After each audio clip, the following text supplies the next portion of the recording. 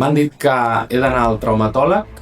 o al reumatòleg. Doncs bé, la diferència jo crec que és clara, són dues especialitats complementàries, com la medicina de l'esport, però és veritat que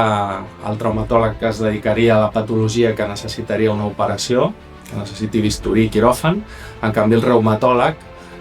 és un especialista en malalties reumàtiques que portaria a la sang,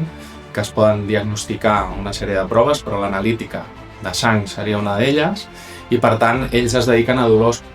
pluriarticulars i de predomini inflamatori,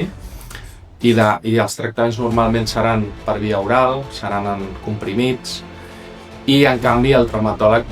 farà un abordatge més quirúrgic i més tècnic concret d'una articulació que tingui artrosi, que tingui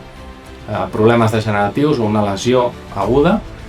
i aquesta seria la distinció, és a dir, aquesta és l'explicació de quan el pacient ha d'anar a un especialista o a l'altre.